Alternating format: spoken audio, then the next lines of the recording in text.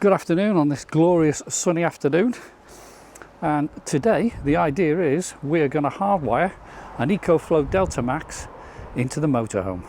So I am going to wire this into this. So the idea is we're going to hardwire that Ecoflow into the motorhome so that when we're off-grid camping we got power all the time. It's not always that we're at campsites where we've got electric hookup, so having it permanently wired in the van means no more messing about running extension leads from the Ecoflow. We've got pure 240 volt electric throughout the van, and I'm going to show you how I'm going to do it. Quick disclaimer, this is just something that I'm doing. I'm not recommending that you do this. You should always leave electrics to someone who is either qualified or competent to do it. So that's my little disclaimer. This is just showing you how I'm doing it. So the idea is that the Ecoflow will be permanently installed and we're going to put it into the garage of the motorhome. Now if you see on the back, we've got a nice big garage there, and the idea is we're going to sit the Ecoflow in here, and then we can use the control of the app. So from the control of the app we can turn it on and off, and then what we're going to do there is we're going to run a cable from the garage. We're going to go underneath the van. You can see I've got this cardboard down here ready to lie down on the floor and do the job. The cable will run underneath the van. Now our electric socket is in here, which is quite handy. It's a little side cupboard. You can see the cupboard goes up and down on the side of the van, and just in there is the electric hookup socket. Now you've got to be really careful here. You wouldn't want to hardwire the Ecoflow into the back of the socket, because if you were to do that and you plug your electric hookup in, you'd then have your 240 volts going down the cable you've put in, because on the end of that socket in the garage we're just going to have a 240 volt plug. So the idea here is we're going to have a cable coming out of here, and it'll have one of these sockets on the end and it will sit in the cupboard. So we can then pull this out, plug the Ecoflow in, or unplug the Ecoflow and plug an electric hookup socket in should we be on a campsite. So first thing we're going to do is we're going to get under there and we're going to run the cable through the back of that box all the way down the side of the van into the garage at the back. Okay, so what we're going to need to actually do the job, to get this cable in, obviously we're going to need some cable itself. So we've got some nice big thick 16 amp 3-core cable there. And then what we've also got is a little bit of conduit there, just already slid over the cable. So when we go underneath the van, that's what will sit underneath the van. And then we can tie that up using cable ties and run it from one end to the other. So nice good bit of cable. We need a domestic 13 amp plug, and then we also need a female 3-pin plug to fit on the other end. But I'll show you that as we go. Right, let's have a look under the van. We've got our cable down here ready, plenty of cable ties. Let's get under there and see which way we can get this cable along the van from the electric socket into the garage. Right. Oh. I think I can honestly say I'm getting a bit too old for this, crawling around under vehicles. But just looking up into, I don't know whether you're going to see this because it's a bit dark, but if we look up there, I'll try and point to it. This is where our cables are coming out anyway in the corner. So we're going to see if we can get another cable in there, and then we can follow those cables all the way along, and then we'll make our way down the vehicle, up and over the chassis, and then we'll head down to the back of the van and we'll get that cable in the garage. Right, here goes. I'm going to need both hands and not be able to hold the camera for this, and my glamorous assistant has disappeared and left me to it, so bear with me. Let me see if I can get this cable in. Okay, so we've managed to get the cable through the hole in the box. Not sure if the camera will pick it up. It's just up there. It's probably too dark for you to see it, but it has actually brought the cable out. Just in there. There it is. That's the cable there. And what we're going to do with that is we're just going to put a 3-pin round socket on that when we're ready for plugging into there.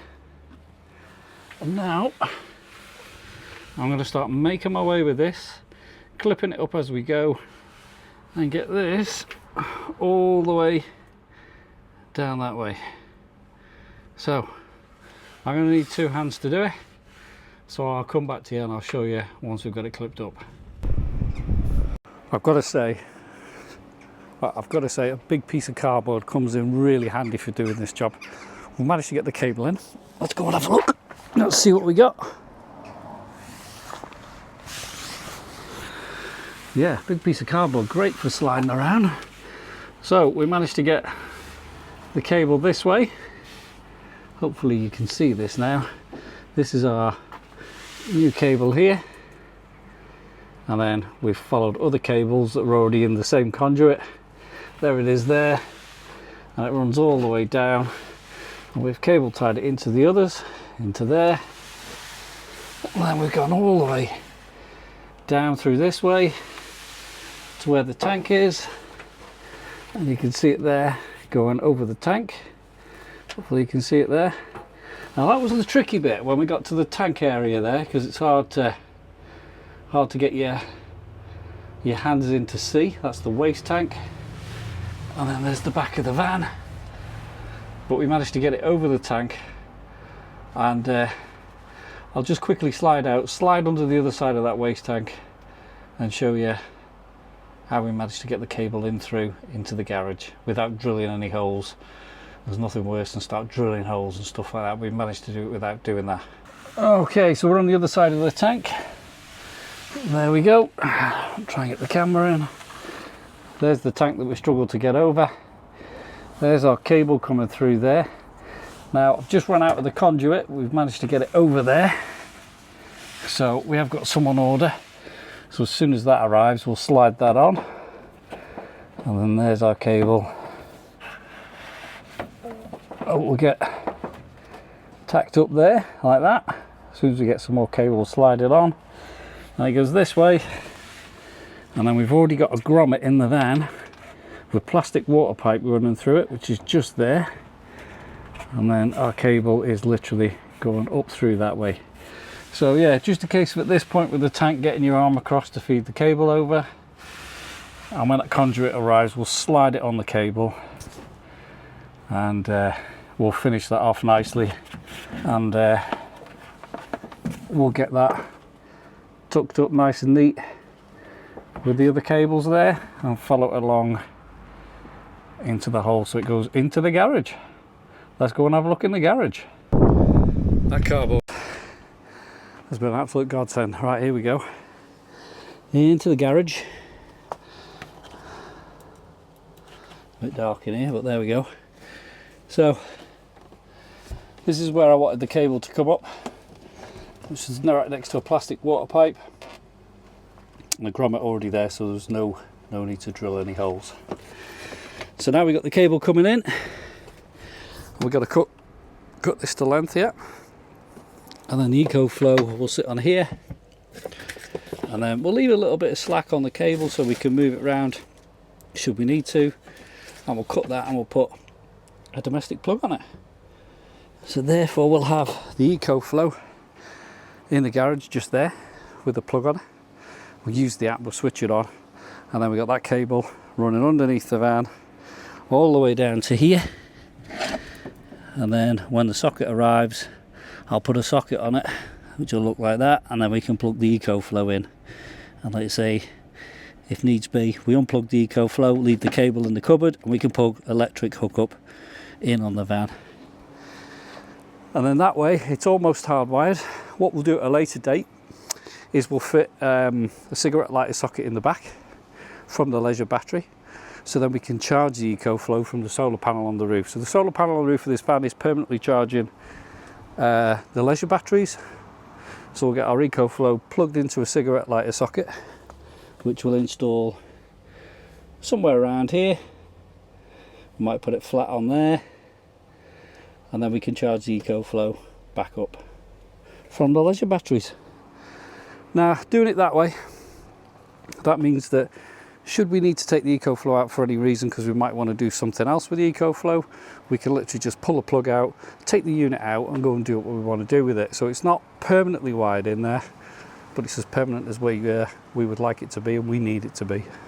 So there we have the Ecoflow back into position, and we'll get this cut, and we'll put a normal domestic plug on the back, and then we can plug it into the unit. Right, there we have it. We have put the plug on the end of the cable. So there we have it, just a standard domestic plug on the end. There we have the Ecoflow. So we can just plug it into the Ecoflow, then we can use the app to switch it on and off. So we're just waiting for the cable to arrive and a little bit more conduit for underneath. And then we'll be able to put a socket on the end of there, and then we'll be able to plug it in instead of the electric hookup. So there we have it. That's how we're going to hardwire it. And like I said, later on we're going to get a cigarette lighter socket probably installed in here, and then we can plug the lead in, and then the Ecoflow will charge from the leisure batteries, which will get its energy from the solar panel on the roof. Okay, so using the app on my phone, we've just set the Ecoflow up. We've literally just switched it on using the app, and now we should be able to, we switch the van on first. There we have it, and now we can charge the van up, or the best part of having the Ecoflow in the boot means we can run the air conditioning unit.